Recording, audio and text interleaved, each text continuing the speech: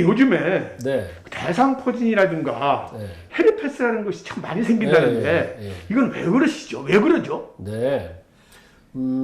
헤르페스라고 해서 이제 뭐 단순 포진, 그러니까 되게 입술 주에 많이 생기죠. 네. 그리고 이제 여성의 경우에 이제 이 하부 생식기에도 많이 생깁니다. 그래서 네.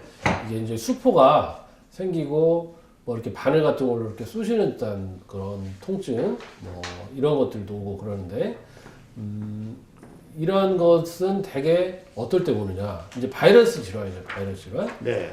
그리고 대상포진도 마찬가지예요. 대상포진이라고 하는 것은 이것도 이제 헤르페스 일종인데 헤르페스 조스터라고 해서 이 대상이라고 하는 건 띠를 두르듯이, 네. 그러니까 여기 이제 몸의 좀 넓은 부위에 띠를 두르듯이 나는 거예요. 근데 이 대상포진은 헤르페스 그냥 일반 단순 헤르페스보다 굉장히 심하죠. 네. 증상은 심하고 그래서 통증이 아주 심해요. 그래서 다 낳고 나서도 이 통증이 굉장히 심해서 신경에 이 바이러스가 잠복해 있으면서 몸이 또 피곤할 때 다시 나타나고 또 얘를 그냥 도려내는 듯이 아프다. 뭐 네. 이렇게 해서 어떤 분들은 심지어 이 통증 때문에 자살하는 사람도 있을 정도로 이렇게 심하죠.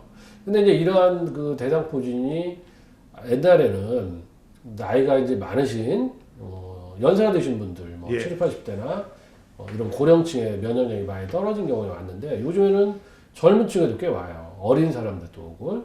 그래서 대상포진 같은 경우는 이제 예방접종을 통해서도 상당히 많이 그 예방이 되는 그런 효과가 있는 것으로 나타나기 때문에 예방접종을 꼭 받으시고, 그리고 이런 것이 되게 어떨 때 나냐면 이제 어쨌든 바이러스 질환이니까 면역력이 떨어졌을 때잖아요. 근데 그 면역력이라고 하는 것이 참 어떻게 보면 애매하죠. 근데 그 면역력이라고 하는 건 어떻게 보면 애매할 수도 있지만 단순할 수도 있어요. 그러니까 여러분들이 과로하지 않고 무리하지 않을 때, 그러니까 그게 사람마다 과로나 무리한 정도가 다르잖아요. 그러니까 어떤 사람들은 며칠 밤을 새도 예. 뭐 끄떡이 없지만 내가 체력이 약한 사람은 그냥 하룻밤만 새도 몸에 병이 올 거예요.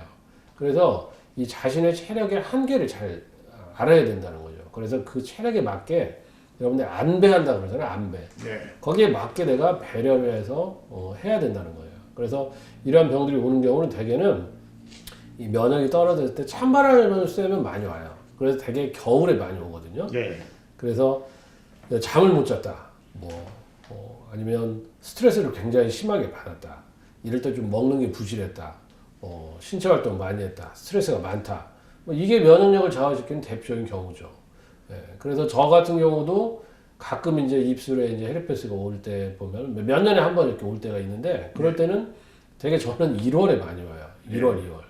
그러니까 1월, 2월에 날씨가 추워졌을 때 옷을 좀 덜 입거나 추위에 좀 노출됐을 때 많이 또 그때 일이 또 신년초라 막 집중했을 때 그때 좀 오는데 그때는 뭐냐 쉬라는 신호라고 생각해요 저는. 네. 그래서 좀 쉬면 좋다. 그럴 때는 무조건 여러분들이 물론 뭐 초기에 항바이러스제를 먹고 뭐 이런 것도 좋으나 여러분들이 푹 쉬고 맛있는 거 많이 드시고 네. 영양 보충하면 됩니다. 그리고 중요한 건 한약으로도 잘 치료가 된다는 거예요. 그러니까 어차피 바이러스 질환이잖아요. 네. 그러니까 감기도 바이러스 질환인데 한약으로 잘 치료되듯이 네. 여러분들이 대상포진이나 헤르페스가 왔을 때 흔히 얘기하는 보약을 드시면 몸이 굉장히 따뜻하고 신진대사가 되면서 이 바이러스 질환을 효과적으로 예방도 하고 치료도 할 수 있어요. 그래서 네. 되게 내가 1년 중에 이맘때쯤이면 헤르페스가 자주 온다. 네. 그러면 꼭 그 전에 한의원에 오셔서 꼭 한약을 드시면서 몸의 면역력을 꼭 증진시켜 보시기 바랍니다. 그렇군요. 네. 감사합니다, 원장님. 감사합니다.